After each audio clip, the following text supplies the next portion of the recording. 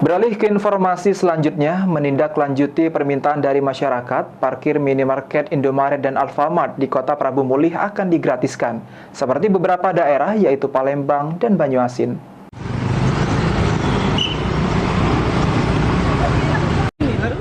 Petugas Dinas Perhubungan Kota Prabu Mulih akan menertibkan juru parkir minimarket di Kota Prabu Mulih seperti Indomaret dan Alfamart.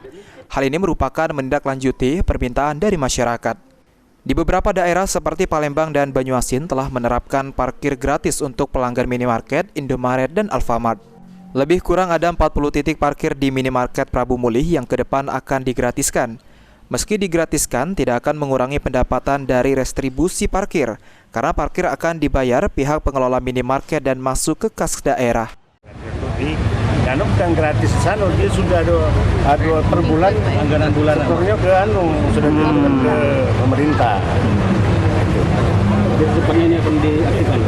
Dia diaktifkan nanti, ya tapi tentunya regulasinya harus tepat. Kapan rencana Pak diterapkan itu Pak? Secepatnya lah. Ya secepatnya. Artinya jangan tunggu lagi kan ini kan PAD kan ya. Ya. Selesai sudah.